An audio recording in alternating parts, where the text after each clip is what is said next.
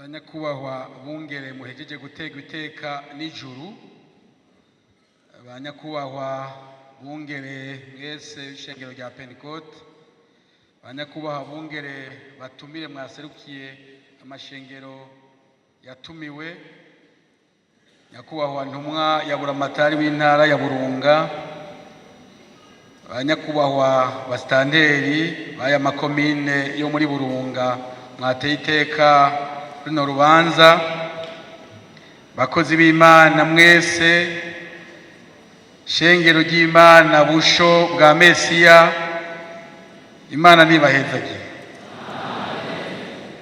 Imana nibahezagire.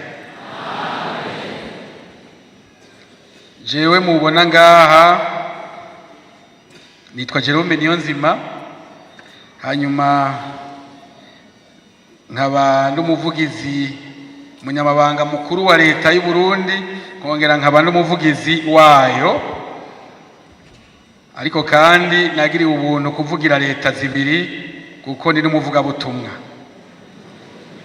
Ubwo n'ubuntu nagiriwe si ukuvuga ko ari ukuba nayidabibereye kurusha abandi bose.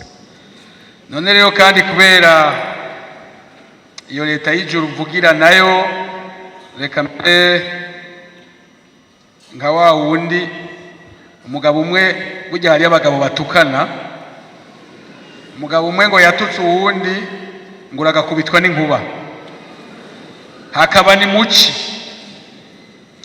Hanyuma aritegereza ati wipfuye ko kuko ko ari muci, iyo nkuba ntayizonkubita inkuye. Nawe aca mubwira ati mbaye ndagakikayo kugira ngo imvura niyatasura izosange wewe namaze kugutanga ikikwasa. Ati inkuba ntizobanze guta umwanya irondera bikubita nawe uraha. Hano ngo mvugira ijambo reka ndagakikeyo, ndafise intasho z'abakozi b'Imana bamwe dukorana mw'ishengero, ndafise kandi intasho zo mu rugo abana bantumanye nazo nyene nk'ishengero rimuzakira. Ivyo rero bitiwe ubu umunwa ni jewe, ariko ijambo ni nyiricubahiro umukuru w'igihugu c'u Burundi, akaba kandi ari n'abarongoye leta mvugira.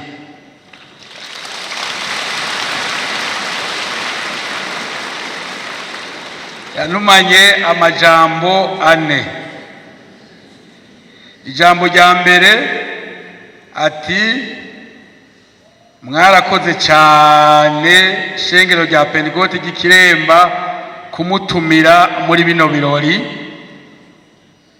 Ubutumire bwaramushikiriye kandi yarabwakiriye aranabunezererwa. Ico kintu yavuze ko no kibashimira, kuko hajya mu rubanza umuntu atumira uwo ashatse, kandi mu rubanza umuntu atumira uwo yiyumvamwo, rubanza umuntu atumira uwumutumira. Ati rero ko mwaharuye mugasanga mubo mwotumira arimwo, arabibashimiye.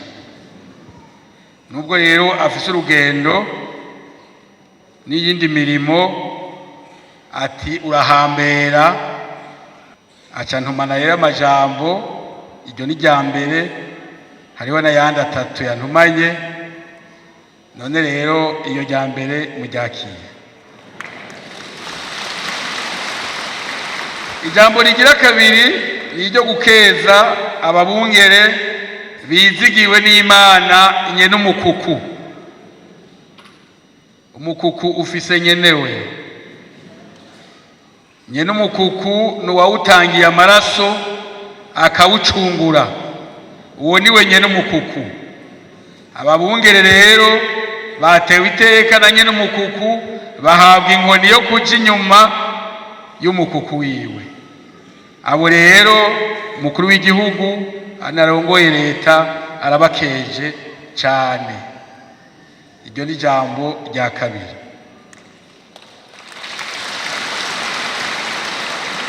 Ijambo rigira gatatu niryo kuri uruhande nyene rw'abatowe bagiriwe ubuntu n'Imana kuba abungere b'ishengero rya Pentecote, agira ati murazorongora umukuku wa nyenewo nk'abazowubazwa. Ati umukuku muhawe kuragira muze muwurongore mu rukundo, kandi muzoshira imbere ingabire yo guharirana yagaragaye mu mwungere mukoreye mu kirenge uno munsi no mu minsi yiwe ya nyuma.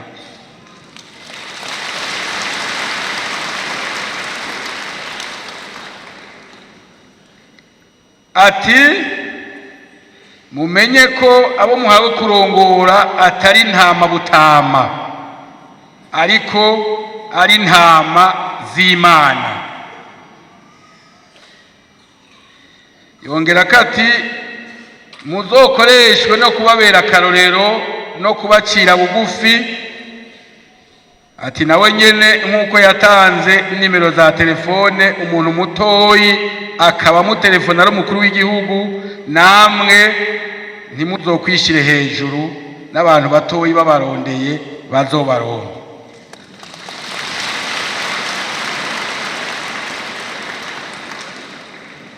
Iri ni jambo yongeye ko kubatekerera. Ati kandi muzoyobora uyu mukuku mu vy'imwemu, ariko kandi muze muwuyobore no mu vy'iterambere. Ati ishengero rya Pentecote ry'Ikiremba uno munsi naho mutamubona ahagaze ngaha, mumenye ko umutima wiwe uri kumwe namwe.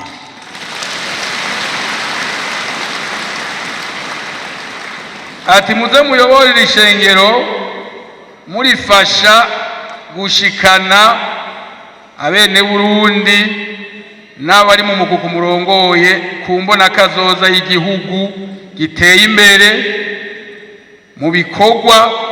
Ntimuze mubahamagarire gusa ivy'umutima, mugabo mubigishe n'ibikorwa vy'iterambere kandi mutanga akarorero. Ati muhamagariwe kuzofasha kugira ngo ishengero rya Pentecote ry'Ikiremba rizofata iya mbere mu gushikana Uburundi n'abanyakiremba ku vyiza Imana yabasezeraniye.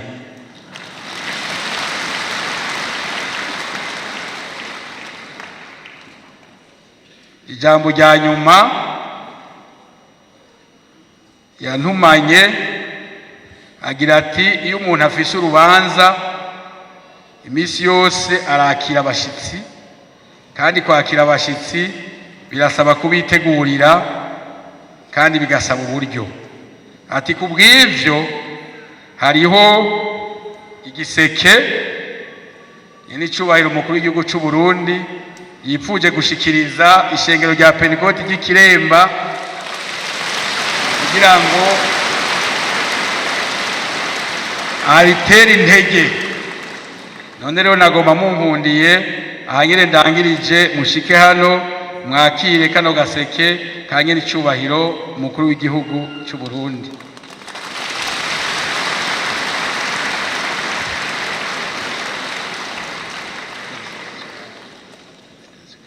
Murakoze cyane, Imana nibaha umugisha.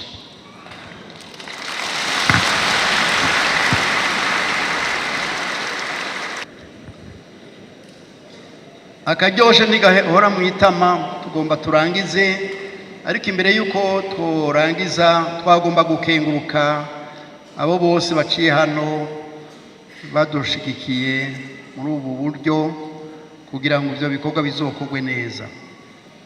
Uko twavuze turabibemerera ko dukoranye n'ishengero atakizogorana, ariko turabakengurukiye duhereye kuri Sebarundi ku majambo meza tubwiwe. Avuga ati turi kumwe hano, natwe rero duhore tubikora, tubasengere cyane, rega vyobagwa nabi. ubu hari no mu rugendo. Hama kandi agaragaje ko turi bamwe mu bo yiyumvirako. Wejo bundi yatubwira ati nari mpuye n'abavuye bagiye ku maziko, aja ashika abwira perezida Muhisi atewe kondoleanse mwabutse. Umukuru w'igihugu arakanguka ati nibiki? Ati mwabutse ninde? None nuri Sebarundi? Umurundi wese apfuye ububuzi. None uko sukuri. Nuko rero nabo gusengera kuko bajejwe birebire cyane, kandi kubikora navyo ni vyiza kubasengera. Nibuka igihe kimwe nari mbonye umuntu yavuze ngo n'ubuhanuzi ngo usengera Uburundi ngo aca babo kumuvumo.